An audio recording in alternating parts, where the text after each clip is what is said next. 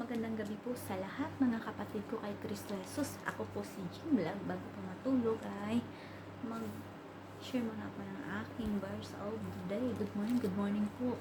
Mayong aga sa tanan, mayong gabi sa tilain-laing mga pungsod diri sa kalibutan.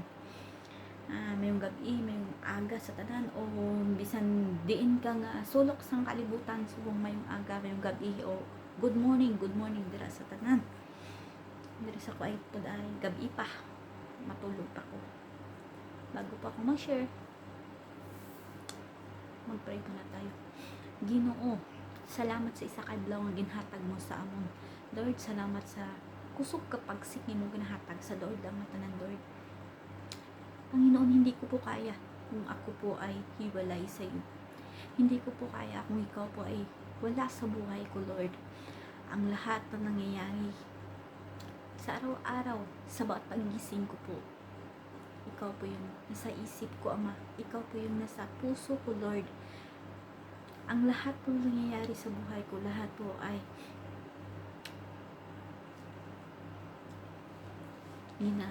tugyan ako sa imong Ginoo. Wala ko mahimo kung hindi ako nakakonektado sa imong Lord. Wala ko sa dapat ikahambog, ipa-pride sa imong tubangan, Ginoo. Tungod kaning tanan nga naa sa akong nakita, tungod kaning tanan nga naa ang akong meron ako ngayon ay nanggaling dyan sa iyo, Ama. Lord, I will share your message sa oras na akong i-share ang imong mensahe, Ginoo. Hindi akong mensahe kundi salamat, Ginoo, nga ikaw mag-share. Gihimo ko nimo instrumento, Lord, para i-share sa isa kang isa sa akong mga kapatiran, sa mga kapwa ko FW, iniimong mensahe, Ginoo. All glory and praises belong to you, Lord Jesus. Hallelujah. Ang akon pong mensahe ay makikita sa 2 Pedro 3:9. Kapitulo 2 Pedro versikulo 3:9. Atin pong mabasa dito, ang Panginoon ay hindi nagpapabaya sa kanyang pangako gaya ng inaakala ng ilan. Hindi pa niya tinutupad ang pangakong yun alang-alang sa inyo. Binibigyan pa niya ng pagkakataon ang lahat upang makapagsisi at tumalikod sa kasalanan sapagkat hindi niya nais na may mapahamak. Amen. Hallelujah. Napakaliwanag po ang mensaheng ito para sa ating lahat. Ang Panginoon po hindi nagpapabaya. Yes, hindi po nagpapaubaya ang Panginoon. Dahil araw-araw niyo po tayong ginigising. Yung promise niyo po ay tinutupad ng Panginoon. Tinutupad niya po. Manalig lang po tayo, kapatid.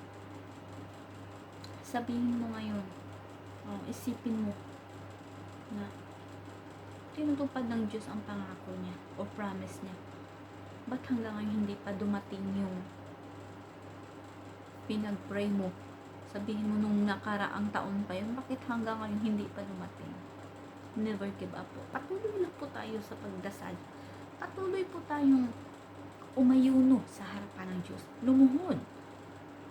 Once na ikaw po ay mag-stop sa pag-prayer, once na ikaw po ay mag-stop sa pakikipag-usap sa Panginoon, mag-stop din yung blessing na patungo sa iyo. Dahil tinutupad po yun ng Diyos ang lahat ng promise niya. Kung tayo po ay nagbabasa ng Biblia, makikita po natin dyan ang lahat ng promises ni Lord sa Biblia. Ang Biblia po ay hindi po ordinaryong libro lang po. Yan po ay Holy Bible. Gusto ng Diyos na tayo po ay maging banal sa harapan niya. Dahil po ang Diyos ay banal. Hindi po banal na aso. Isang holy o espiritu po ang ating Panginoon. Hindi po siya estatwa. Hindi po siya Santo Niño. Ang ating Panginoon po hindi makikita. Hindi po makikita. Pero mararamdaman mo po ang kabutihan ng Diyos sa buhay mo, kapatid. Open your heart. Open your eyes ngayon. Sa panahon natin, nakikita mo ba yung kaaway mo ngayon? Sa panahon ng pandemic, sino ba yung kaaway mo? Nakikita mo ba? Halos lahat ngayon lumalabas. Maglabas ng bahay, nakamas. Dahil hindi po natin nakikita yung virus natin kalaban. Yan po ang way ni Satan. Marami siyang inililigaw. Marami mga puso ang natatakot dahil sa virus na yun. If you accept Lord Jesus, manalig ka po sa Panginoon. Dahil ang ating Panginoon pa napakalaki po. Hawak niyo po ang buhay natin. Kaya ingatan po natin ang ating buhay.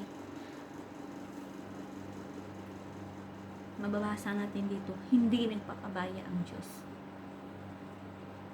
sa kanyang pangako gaya ng inaakala ng ilan. Yes, hindi talaga nagpapabaya ang Diyos. Hindi po siya nagpaubaya o sa Bisaya o Silonggo pa. Hindi siya nagpauyaya o sa Silonggo pa. May mga problema ka man ngayon sa buhay mo. Let's do it. Iluhod mo sa harapan ng Diyos. Surrender mo po na buong puso po, kapatid. Sabihin mo, wala ka nang malalapitan. Lumapit ka sa Panginoon.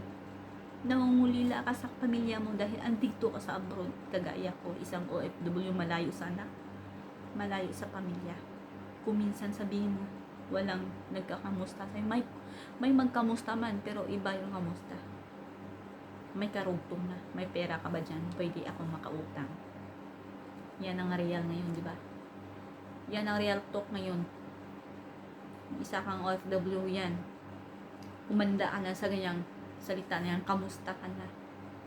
Sisi. Ang karugtong niya, pwede ba ako mag-utang? Ihanda mo ang mga messages niya yan. Andyan yan sa messenger. Bilang isang OFW. Sino bang nakarelate yan? Ako relate ako dyan. But thanks God. God is good all the time. Malayo po tayo sa pamilya natin, mga kapatid. Pero isipin mo, hindi po tayo nag-iisa. Hindi po tayo nag-iisa. God is with us. Kasama po natin ang Diyos. Nalulungkot ka, mag-worship ka. Hindi yung magbudot. Mag-worship ka po, iharap po natin sa harapan ng Diyos ang ating mga panglulila at humusik. Magpasalamat. Prayer always. Pinapangintay ko lang kayo, ha? Hindi po humarap sa salamin at mag-TikTok. Magbasa po tayo ng Bible. Imbis na mag-TikTok, magbasa ng Bible. Dahil andyan po lahat ng promises ni Lord sa loob ng Bible na to. Dito mo po mababasa ang promises ni Lord. Hindi po nagpapabaya ang Diyos. Lahat ng promise ni Lord ay tinutupad niya. Hindi pa niya tinutupad ang pangakong yun, alang-alang sa inyo. Yes, di ba sinasabi, maraming nagsasabi ngayon na nagsishare na mensahe, malapit na dumating ang Diyos. Yes, malapit na talaga dumating ang Diyos. Kunti na lang. Kung sa atin pa, isang step na lang, darating na po ang Diyos.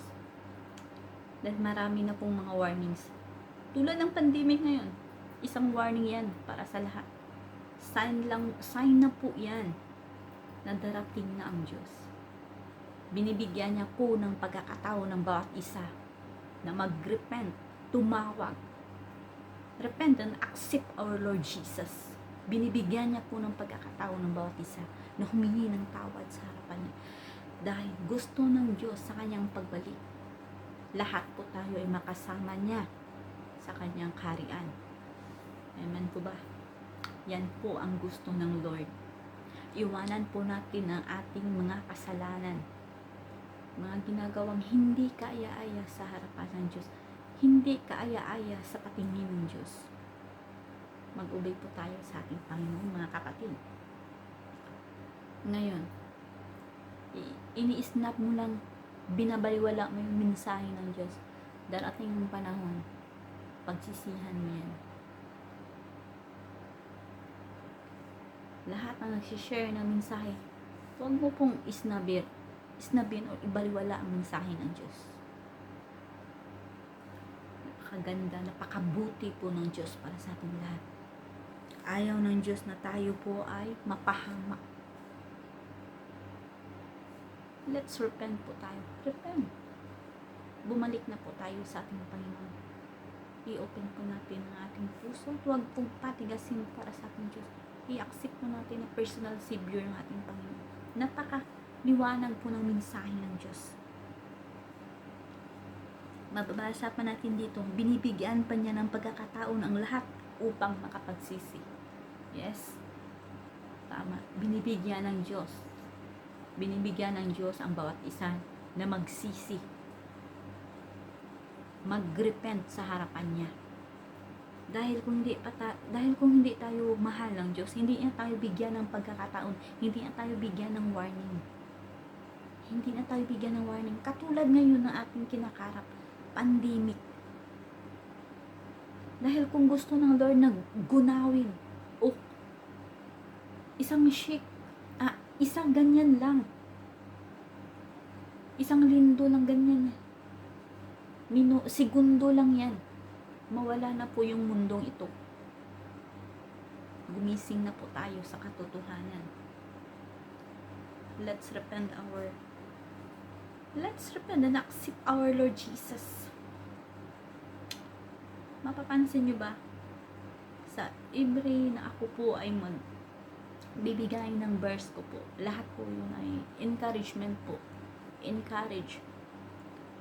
Iwanan po natin ang hindi nakakalugod na mga gawain. Ngayon, nag-i-enjoy ka. Sa susunod ng mga once na ikaw ay mamatay, doon ka pupunta sa impyerno. Gumising ka. Ang impyerno ay napakalaking. Kalayo yan. Dito sa kahit napakainit. Gaano pa kayo sa naglalagablab na na apoy na yan? Naku. Mababasa natin din sa Matthew. Magkagot sa atin pa. Magganyan yung mga ngipin mo dahil sa init ng impyerno. Kaya huwag niyong baliwalain ang mensahe ng Diyos. Huwag baliwalain ang mensahe ng Diyos, mga kapatid ko. Dahil sa panahon ngayon, nagbibigay pa ng warning ang ating Diyos. Darating ang araw na hindi na siya magbibigay ng warning.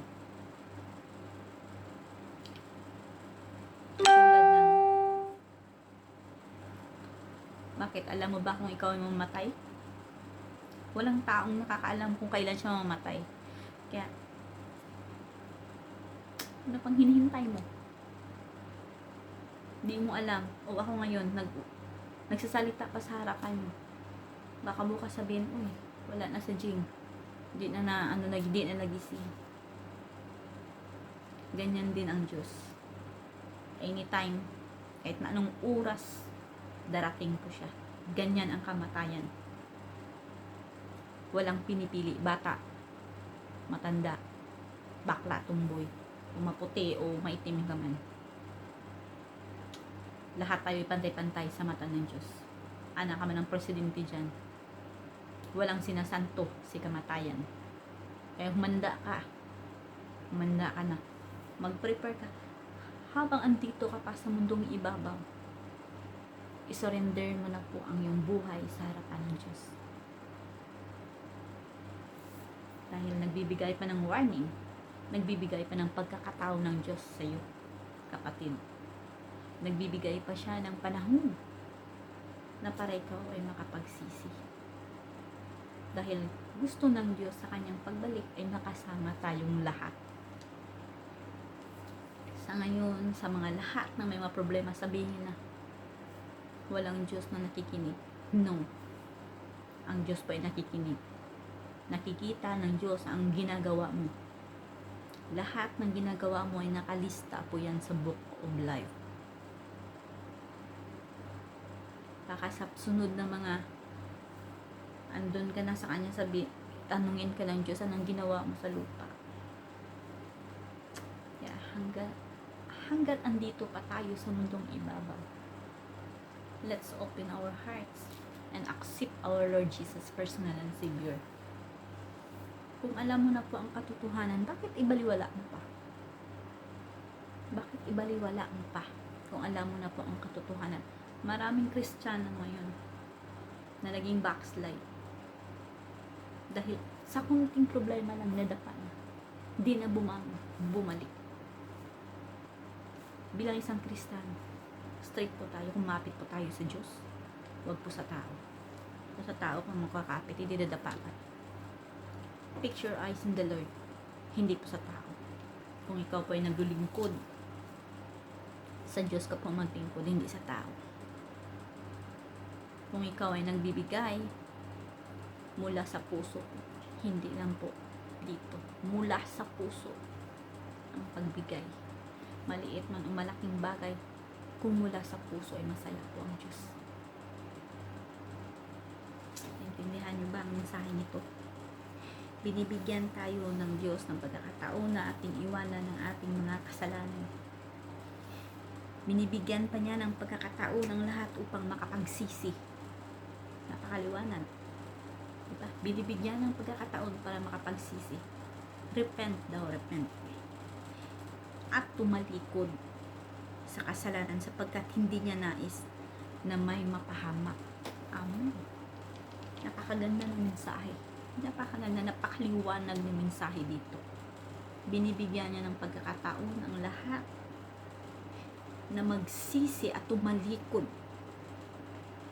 sa kasalanan sapagkat hindi niya nais na may mapahamak. Yung mapahamak na yan, yung mapunta sa impyerno. Yan lang po. Napakaganda po ng mensahe. I hope na magrima at maukit sa inyong mga puso ang mensaheng ito. Hallelujah. Lord Jesus. Hallelujah. Bago pa ako magtapos, ako ay mag-prayer muna. Thank you, Lord, for this verse, Ginoo, nga imong gihatag na ako, Ginoo, para i-share sa bawat isa. Hallelujah. Hallelujah, Jesus.